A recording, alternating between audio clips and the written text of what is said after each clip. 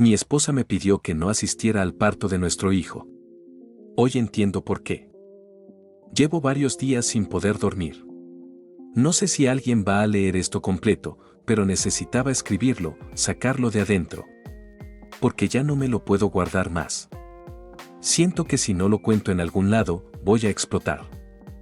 Estuve casado durante 5 años con una mujer que fue, durante todo ese tiempo, mi mejor amiga, mi compañera, mi persona favorita en el mundo. Nos conocimos en el trabajo, hace ya más de una década. Yo trabajaba en sistemas, ella en administración. Al principio solo cruzábamos palabras sueltas en los pasillos. Luego, un café compartido por casualidad. Más tarde, mensajes, chistes internos, paseos fuera del horario laboral. Todo fue tan natural, tan simple, tan cómodo, que cuando nos dimos cuenta, ya éramos pareja. Después de 6 meses saliendo, me armé de valor y le propuse irnos a vivir juntos. Y 1 año más tarde, nos casamos. No hicimos nada ostentoso. Fue una boda sencilla, solo para los más cercanos. Pero no me hizo falta más. En ese momento sentía que lo tenía todo. Nos reíamos mucho. Teníamos confianza. Hablábamos de cualquier cosa. Sentía que había encontrado a esa persona con la que uno puede compartir silencio sin sentirse incómodo. Durante los primeros años de matrimonio, construimos una vida. Literalmente.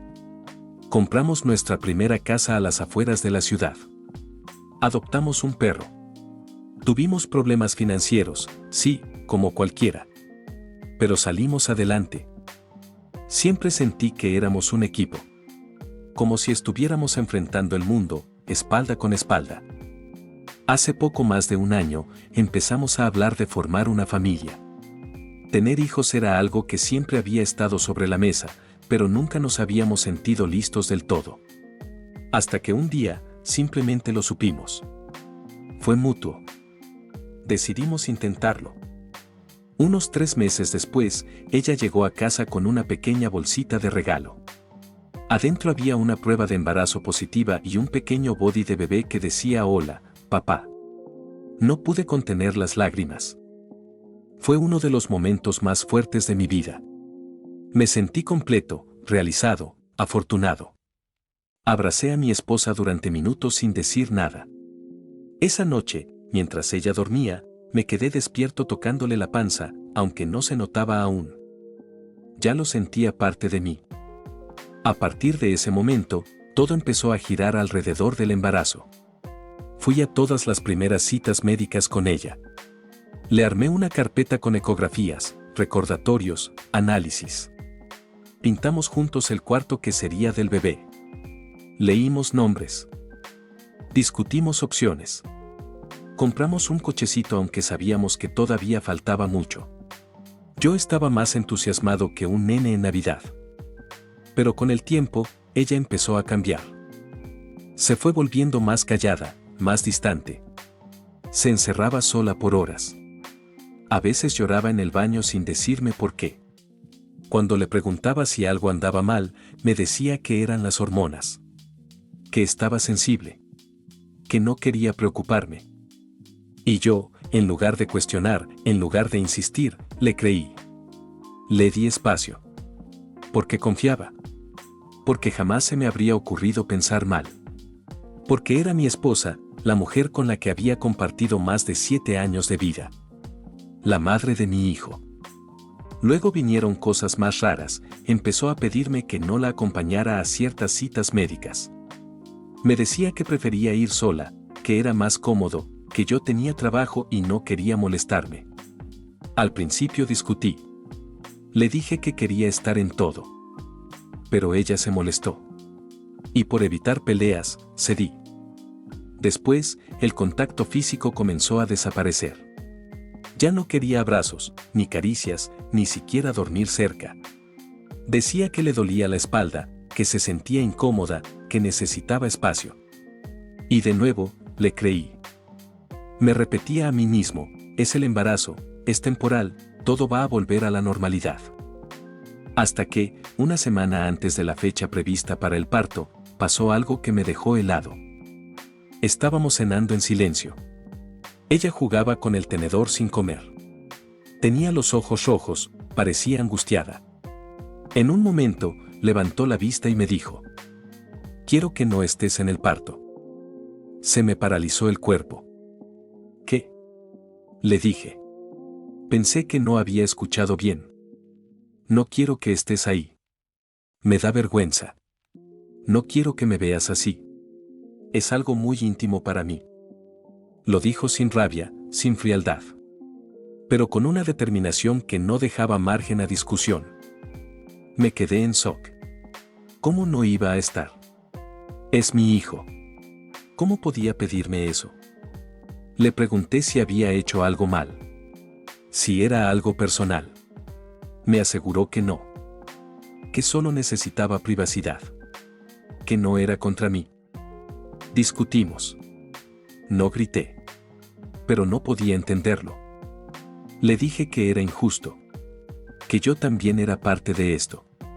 Que ese bebé era nuestro.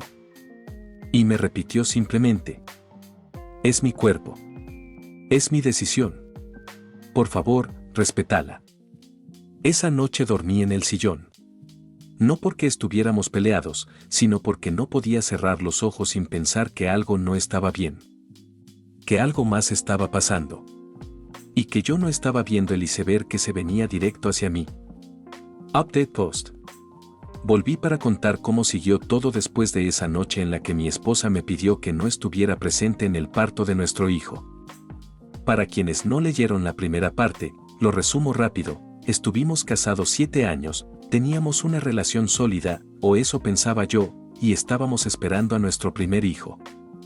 Pero, una semana antes del nacimiento, me dijo que no quería que estuviera con ella en el hospital. Que necesitaba privacidad. Que era una decisión personal. Cuando me lo pidió, sentí que algo se había roto. En ese momento intenté convencerme de que era por pudor, por vergüenza, por estrés, y traté de no pensarlo demasiado. Pero mi intuición me estaba gritando que había algo más. Que algo no encajaba. El día del parto fue un infierno para mí. Me despertó a las 5 de la mañana diciendo que tenía contracciones.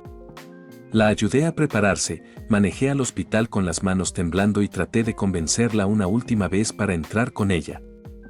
Me dijo que no. Que necesitaba estar sola. Me dio un beso seco, frío, casi automático. «Después te llamo», fue lo último que me dijo antes de cruzar la puerta. Me pasé el día caminando en círculos por la casa. No comí. No dormí. No podía concentrarme en nada. Cada vez que el teléfono vibraba, se me detenía el corazón. Pasaron 6 horas sin noticias. Hasta que, finalmente, me llegó un mensaje breve, casi robótico: «Nació. Estamos bien. Pronto te avisan para venir». Cuando me dejaron entrar, ella ya tenía al bebé en brazos. Era hermoso. Pequeño, frágil, perfecto. Lloré apenas lo vi. Lo cargué, lo miré, lo abracé. Pero también noté que ella evitaba el contacto visual. Apenas me hablaba. No me sonrió. No dijo gracias, ni te amo, ni lo logramos. Solo estaba ahí, mirando al bebé, pero con la mirada perdida.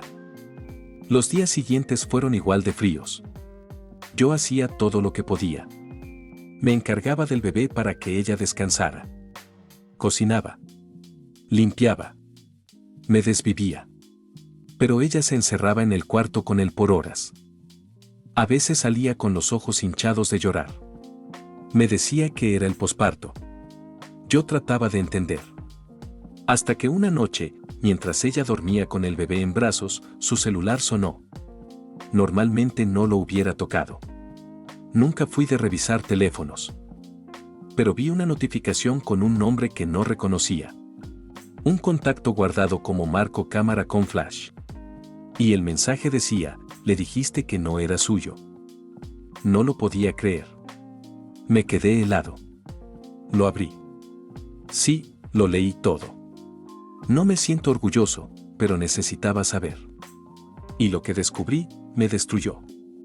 Durante al menos 2 meses del embarazo, Mi esposa tuvo un romance con otro hombre. No era alguien del pasado. Era alguien reciente. Alguien con quien ella trabajó en un proyecto freelance.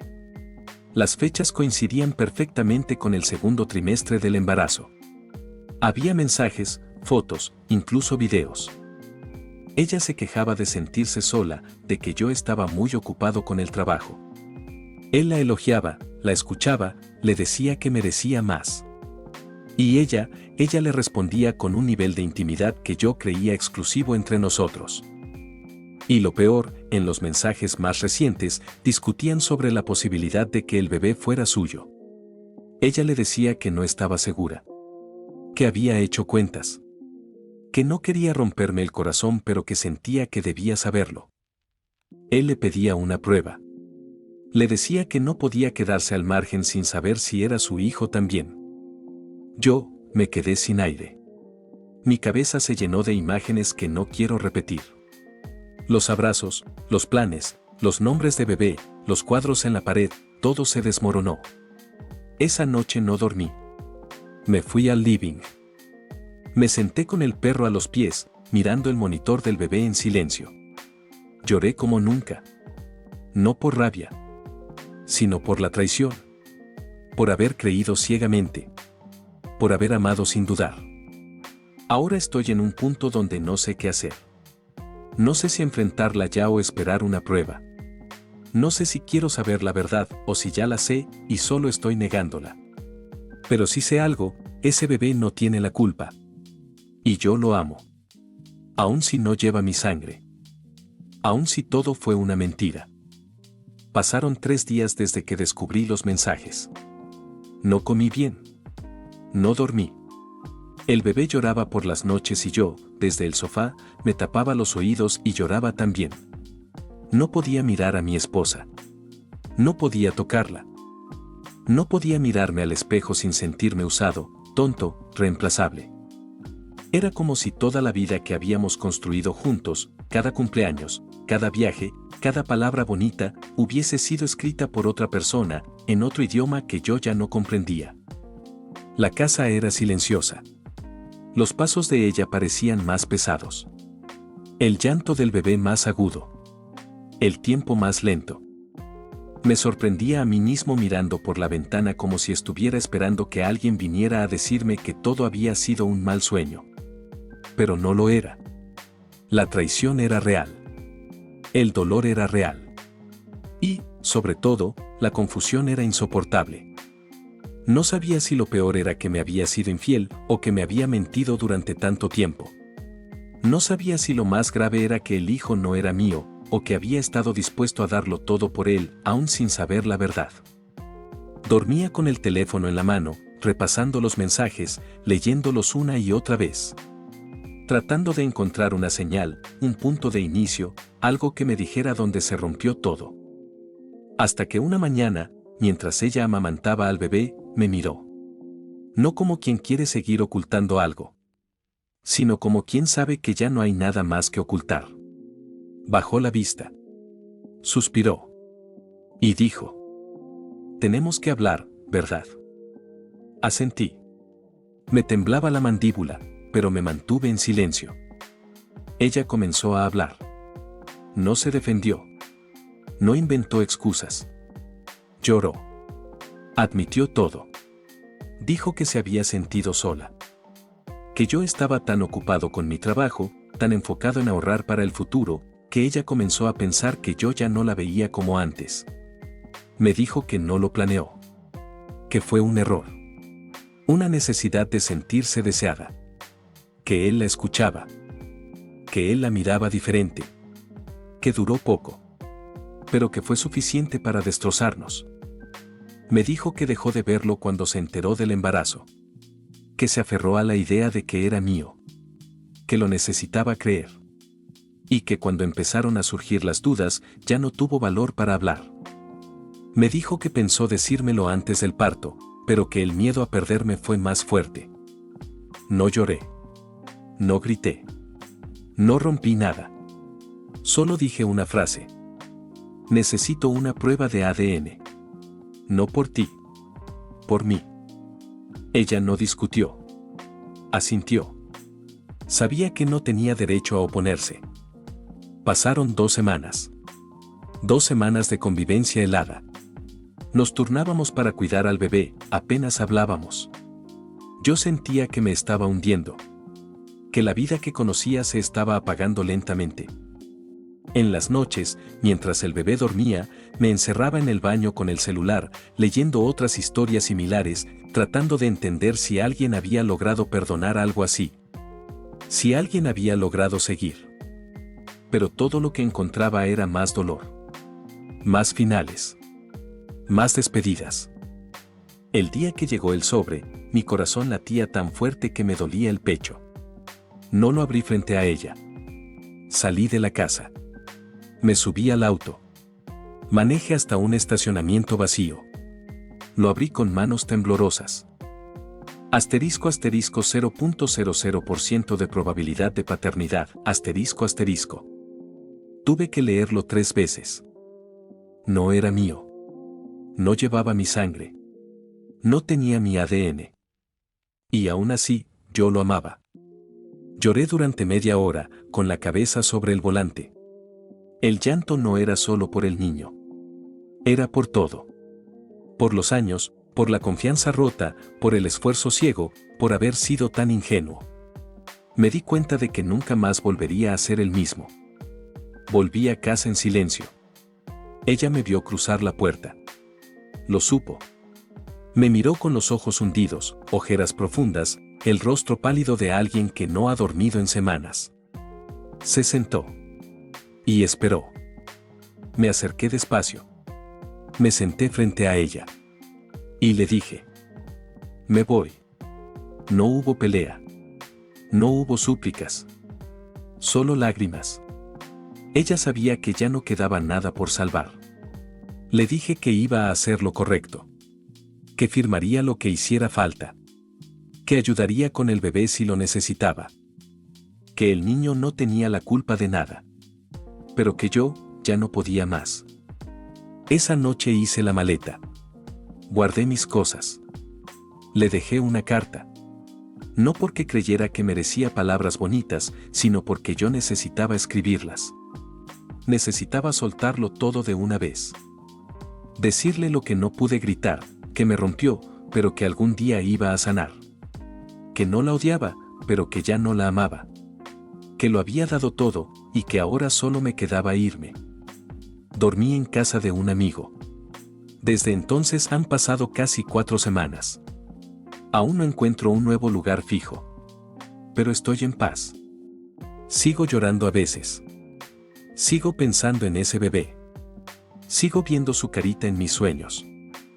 Pero también me estoy encontrando a mí mismo. Hoy sé que no soy el padre biológico. Pero también sé que fui más padre en 7 días que muchos en toda su vida. Y aunque el amor no fue suficiente para salvar nuestro matrimonio, sí me enseñó algo, que el amor propio también cuenta. Que no puedo darlo todo si eso significa vaciarme por completo. Gracias a todos los que leyeron. No sé si esto fue amor, ingenuidad o locura. Solo sé que ese bebé, aunque no sea mío, me enseñó la lección más dura de mi vida, que incluso cuando el corazón se rompe, uno aún puede elegir irse con dignidad.